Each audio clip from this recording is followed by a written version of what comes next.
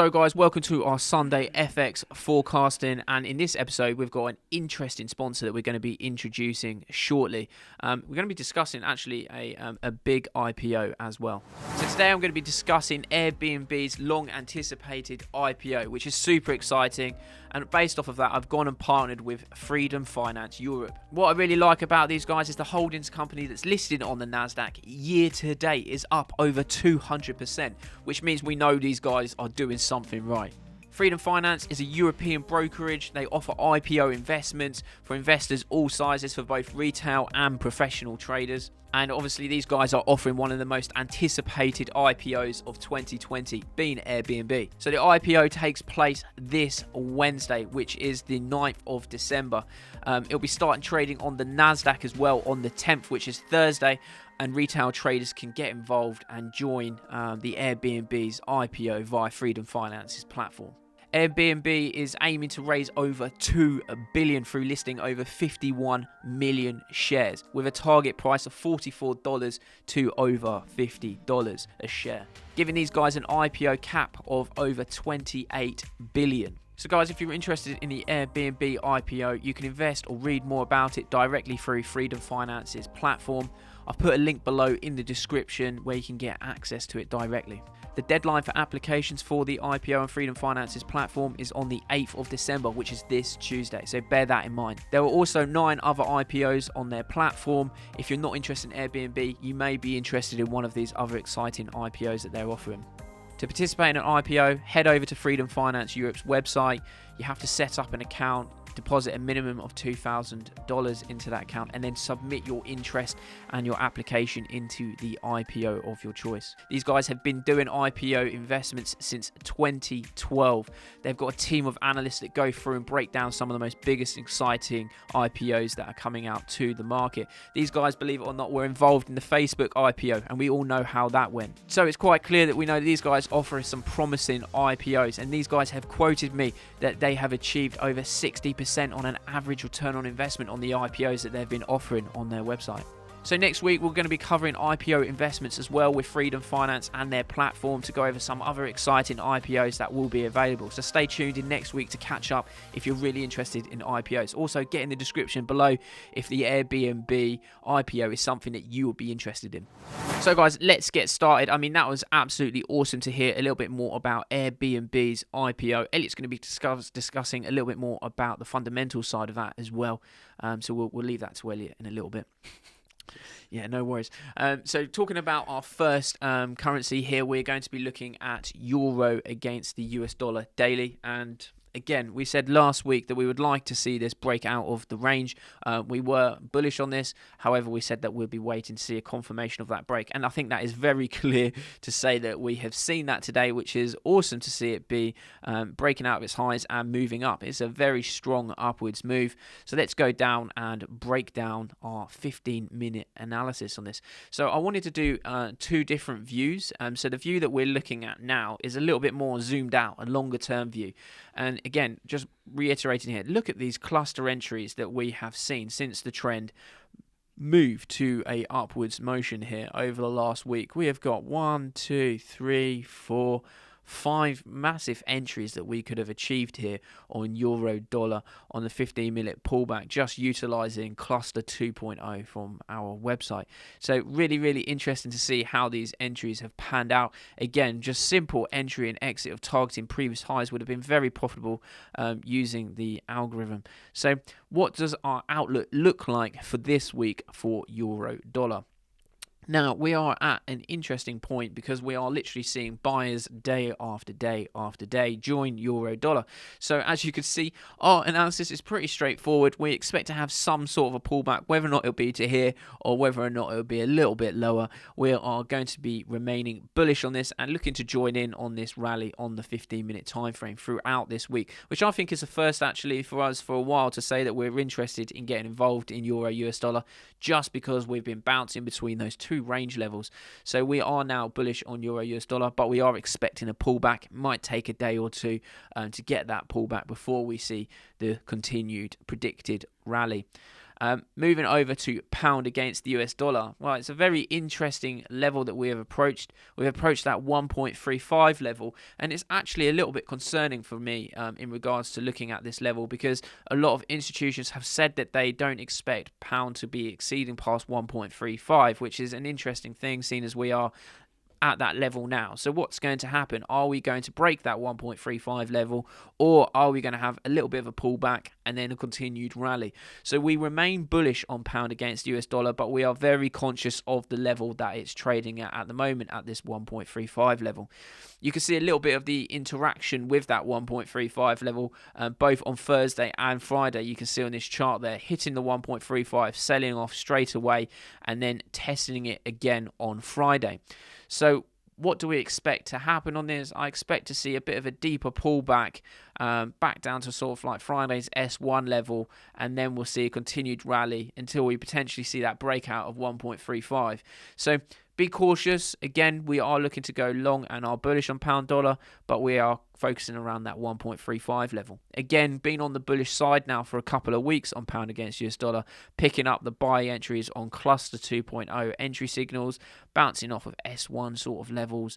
It's looking very nice here, here, here, and here. So a great support level as well coming through there on that pound US dollar trade, and looking very, very nice and healthy with those rallies to the upside. So it's going to be an exciting week to see whether or not pound breaks that 1.35 level. I'm sure Elliot will give us a little bit more of a breakdown of what's to be expected as well on the fundamental side when we get to it. So bullish euro dollar, bullish pound dollar, but conscious of that 1.35 level.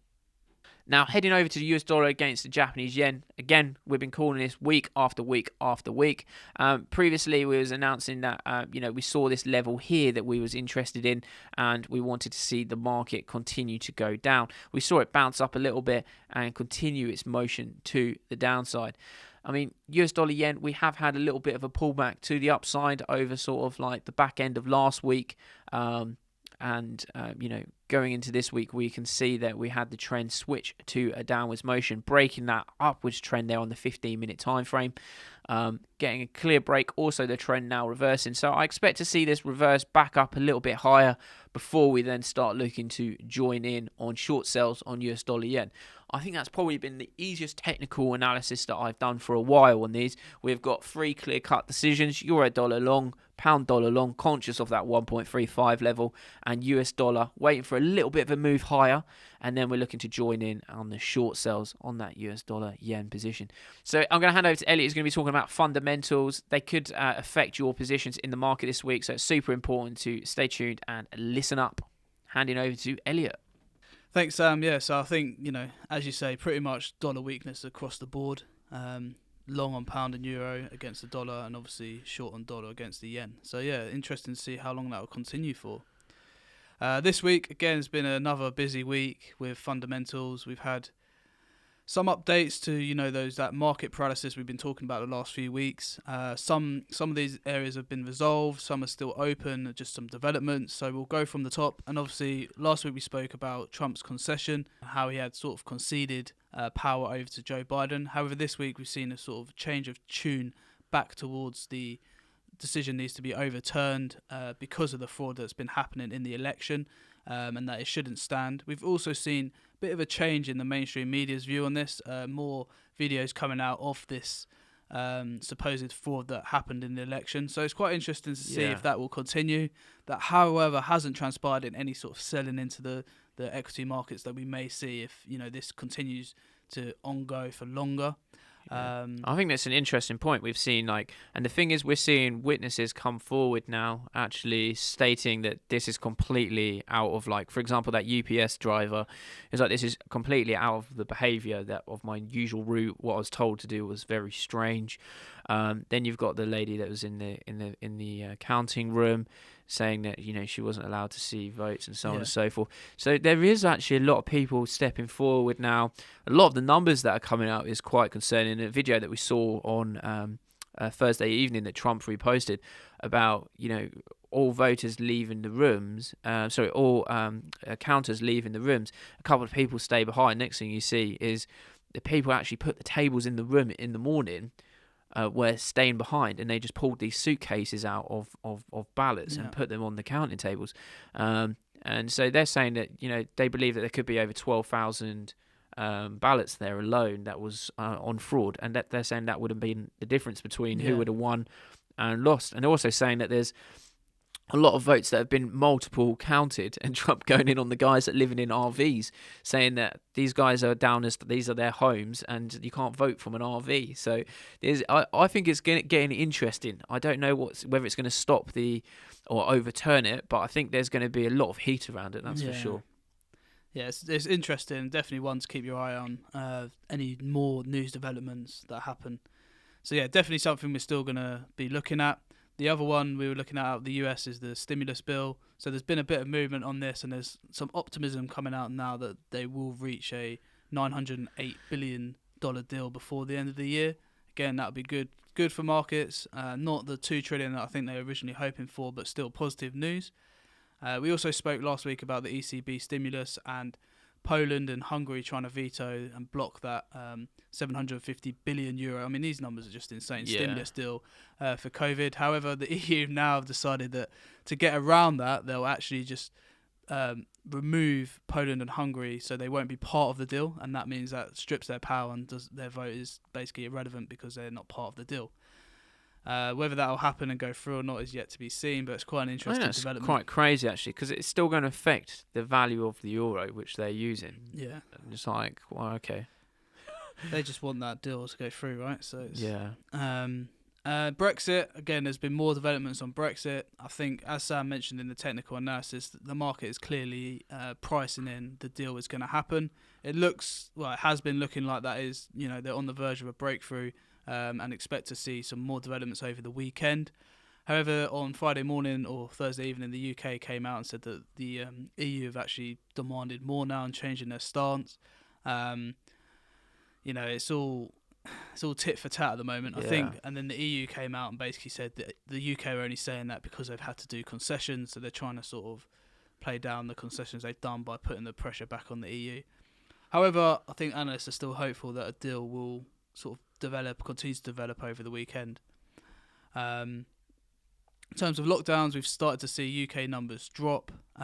We've also seen the UK approve Pfizer's vaccine throughout the week, which again is great news, and expect to start seeing that in a couple of weeks start rolling out throughout the frontline staff at the NHS. We actually mentioned that in the last week's video before that was announced. However, a bit of negative news that Pfizer came out Thursday evening and said that due to some distribution problems, they will only be able to send out half of the doses that they originally were hoping to put out. We saw a bit of selling come into US equities, however that was very short-lived. It's not as bad as it originally sounded, I don't think, and it's only a short-term sort of delay in the number of doses. We also spoke last week, I'm trying to catch my breath here, we also spoke last week about the OPEC Plus meeting that was happening this week, and they after 4 or 5 days of negotiations, they eventually agreed to start increasing output, but very slowly and gently, which the market liked, and we started seeing oil continue its rally. Finally, in the Senate race, we also mentioned last week, currently, if you believe in the polls, I mean, who does? I don't know, nutters probably, but we've got the Democrats ahead in both of the 2 Senate seats left, so that'll be interesting to see how that develops in January. Yeah, so, I mean, again, a lot has happened this week, and there's more to sort of come out next week. Still a lot to keep your eyes on, so just keep if you're in trades, just keep your eyes peeled on what's coming out, especially on these sort of key issues and themes we've highlighted here. Let's go have a look at some of the charts. First one I want to point out is FTSE. We spoke about FTSE 100 last week and how it's approaching that high of post-COVID low, if that makes sense, that post-COVID high, low, high. Let's just do a confused face there.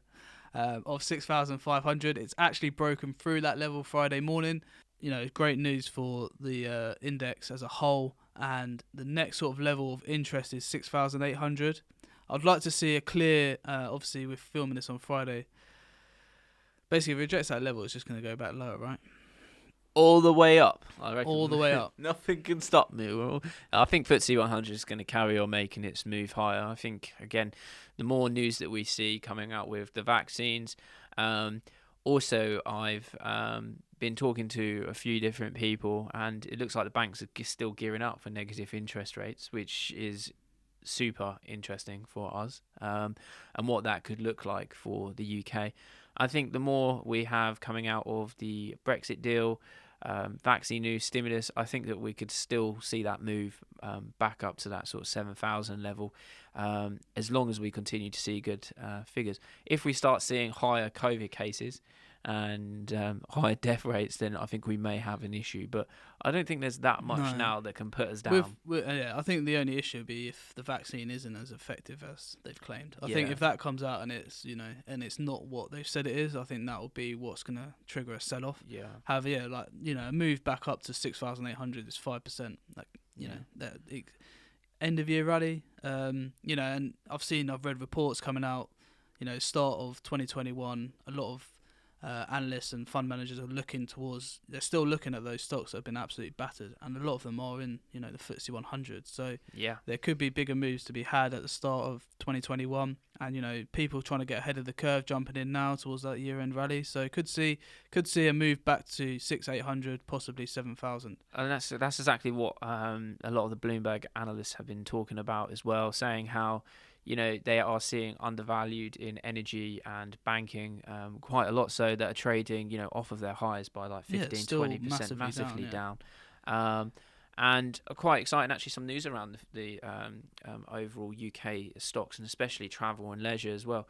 We had Ryanair CEO come out and say that they're looking to buy 75 new jets as well. From Boeing, which saw Boeing rally about 6-7% on Thursday, wasn't it? Yeah, I bet they got a cracking deal on that. But, I mean, the thing that's interesting about that is obviously everyone's slating the airline industry at the moment, saying it's going to take a long recovery. He's always very bullish, the Ryanair CEO, but again, looking at that from a position of why would they buy 75 jets, they are expecting a lot of pent up individuals wanting to get on holiday and get on their planes, and so Ryanair is jumping full steam ahead, expecting a faster recovery than expected, which is also an interesting outlook. Definitely, and that's obviously going to play into EasyJet's hands, IAG, obviously British Airways. So interesting times. The next chart we'll have to look at is just Dow, just because of the level it's at. It's again, so this is the hourly. We've seen a nice uptrend here. I've drawn on this little trend line just to show you how it's just respecting that trend line. And if it continues to respect that trend line, I expect us to sort of see a break here up towards that 31,000 level, new highs. We saw new highs on Thursday here whilst the market was open. These highs you can see back here were during the middle of the night, so not whilst the US market was actually open. However, we saw new highs made yesterday, and then this little sell-off here was that Pfizer announcement that we said about how they were only going to basically be able to distribute half the doses they originally wanted. However, Friday morning we've sort of seen that sort of just be completely eradicated. Unfortunately, we haven't been able to film this after NFP, so depending what happens with that, I mean, that could again just give that sort of signal and bullish momentum that it needs to break through this high. And again, I could see this, possibly potentially a year-end rally again up towards, they're expecting better. They're expecting better than expected figures as well, so it should be interesting. And finally, we're going to talk about gold. Again, we covered this last week, so where we were last week was around this 1,800 level. We were sort of bullish on this, expected it to come back up towards at least this 1850. We saw a break. However, that was very, again, short-lived, and now we've seen a move back up towards 1840. Sort of next stop now is that 1850 level. And again, I can't see much stopping this going back towards maybe 1900 and up on from there. Yeah, definitely. I agree. Yep. So, gold, FTSE, Dow. So obviously we looked at Bitcoin as well last week, and that was another short-lived sell-off. It's back at its highs of around $20,000. I mean, some of the stuff again, it's funny when it starts rallying. What comes out in the press? I've been reading people like 120,000 by the end of the year, and I'm just like, how is it going to ever get that? I don't know. McAfee said that it was going to be 100k by the end of 20. Was it end of 2020 or end in 2019? He said he was going to. Otherwise, he's got to cut his off or something like that. Yeah. Well, maybe he's the one. McAfee, we need to see that, mate. But a lot of the, I don't know if you can believe this, but a lot of the articles I'm reading is this rally's different because institutions are involved this time, whereas before it was just a retail investor. Yeah. Which, if that is true, then I mean Yeah. that does make interesting reading. And now obviously the retail probably is going to jump on and Yeah, they're like, oh my god, they're involved. I'm in too. Yeah. Yeah. Of course they're involved. It's at 20k. This is when everyone gets involved. When it's too late to actually join the market Well, if rally. it's going to 120 or 100,000 by the end of the year, it's not too late, is it? Well, no, it's true. Yeah, it's true. That's a big if. But they'll probably panic anyway before that. Even if it was to hit 100k and it went from 20k to 17, they'd be like, I'm out. I think when it does break through 20,000, I reckon it'll push up to 25 and then sell off or something like that. It will have a nice little run, I reckon. Yeah. Because it's obviously like there is like that is Yeah. a bit of a ceiling for it at the moment. Yeah. Although the weekend's coming up, and by the time this video is out, it could be Yeah, 100k, and they're like, "What are you on yeah. about?" Yeah, what are you on about, bro? It You know, hit that weekend 25k rally. on Saturday. What are you saying? Remember that time? There was months where it just literally it would sell off the whole week, and then the weekend come. Yeah, and you'd come in on Monday and you'd be like, wait, what? Is that Yeah. what? You Just know, it's buy like Bitcoin 10k Friday coming on afternoon. Mondays at like 15 and you're like, what? Oh, great. Anyway. So yeah, looking at next week, I mean it's same old really. So Brexit deal will break through over the weekend. Will it or won't it happen? Come on, let's just get it over and done with. US stimulus deal, will the Republicans sign it? Obviously again, EU stimulus deal, will that go through? It's all ifs and buts still. And obviously election. So these are the main sort of things we're looking at. We've then got the ECB interest rate decision and obviously looking at their policy statement. We've also got EU GDP and US CPI inflation. Right, so obviously at the start of the video you would have seen Sam talking about the Airbnb IPO. Obviously, as he mentioned, this has been hotly anticipated in 2020. And obviously without coronavirus, I think this would have happened a lot earlier. However, obviously, it has been a bad year for Airbnb. There's no sort of denying that. However, it's still a very exciting and interesting IPO just because of the hype around it. Obviously a massive company, and everyone have either used Airbnb. I mean, look, as you can see on the figures here on the charts, they've got over 4 million hosts across 220 countries and regions. They do have competitors, however, they're quite a unique offering in the way that they host these Airbnbs. And I think with everything that's happened this year, with hotels and stuff like that, I think people are still quite conscious of sharing accommodation, such as hotels. Whereas with a lot of Airbnbs, you're going to be by yourself, right? So you can sort of clean and you can be more isolated. And obviously, internationally they have been really affected, but local bookings I think have still been quite resilient, especially towards sort of the end of the year, Q3 onwards. But yeah, very interesting IPO. They start trading on the Nasdaq on the 10th of December, so next Thursday it'll be interesting to see what happens. Their target price is between $44 and $50. They're looking to raise around $2.5 billion, which will give them a target valuation of $35 billion, which is actually double what they were valued in April 2020. It's really interesting that as well, isn't it? Because, when you look there, the year-on-year bookings is down 72% in April and down 20% through June to September. To the previous year. But yeah, so they have recovered. Obviously, it's still down year-on-year, but I mean, it is, it has slowed down, and as you expect. And obviously next year with the vaccine, when that's widely available, you would expect I would expect more people, once this is over done with. I think there is that whole thing touching on what we're talking about with Ryanair of, them putting in the order for 75 jets. I think people, I want to go away. Yeah, that's it. People, especially, I think our culture as well, is you go on holiday every year, right? Yeah. Obviously, assuming you can afford it, you may go, a couple of times, yeah. Yeah, you may go more than once, and you like to go at least abroad once a year. And I think that across the country, that's quite a general sort of culture that we have. I think when I was listening to the guy from Ryanair CEO, it was like beaches in Portugal and Tenerife are going to be packed in 2021. Mate, that's what he reckons. Yeah, Benidorm's going to be back up there, right? Magaluf. Yeah, exactly.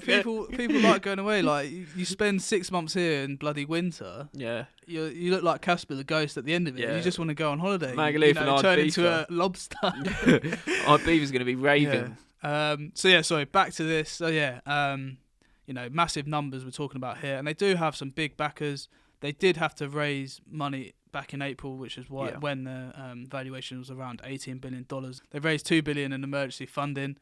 Obviously, COVID, really affected them. They had to, I think, 25% of their workforce they laid off. obviously looking forward to the recovery. However, we can't disregard their losses. So the losses of nearly 700 million this year, up to the first 9 months of the year, on $2.5 billion revenue. They're spending a lot of money. They spent 5.3 billion to create 4.8 billion in 2019. So obviously 2019, that was pre-COVID as well. Yeah, exactly. Yeah. So it's when and if they can actually turn a profit. And I think that's when we might see, similar to Tesla, that's when we start to see that sort of explosive growth. Yeah. So do they have a bright future? Yeah, I think it's, like I said, it is one of the most anticipated to start with. But the interesting part here is as you're saying, is it time to get involved at the IPO level now, and hold on to this stock and wait until they turn a profit? And then we see, hopefully, what we saw in Tesla, where it just continued to rally, unbelievable, adding unbelievable value as well. It's an interesting one to keep an eye on. And again, it has got big backers. I mean, look, Vanguard are involved as well. So it's that sort of level. Big firms. Yeah. It's a super exciting one. Definitely be doing a lot more research on the Airbnb IPO before Tuesday and Wednesday, and it'd be an exciting one to watch, and also update you how the IPO pans out in our next week's video. It'd be great to see what happened with that share price. So that's us out, guys. Don't forget to thumbs up, comment and subscribe. We hope that our overview of what we think is going to happen in the market this week's helps out with your trading week. So guys, take care, and again, don't forget to thumbs up, comment and subscribe. Get in the description below if you think that you are getting involved in the Airbnb IPO. What's your opinions on it? Where do you think it's going to go? We want to hear your thoughts, guys. We'll see you in the next video. Take care, everyone.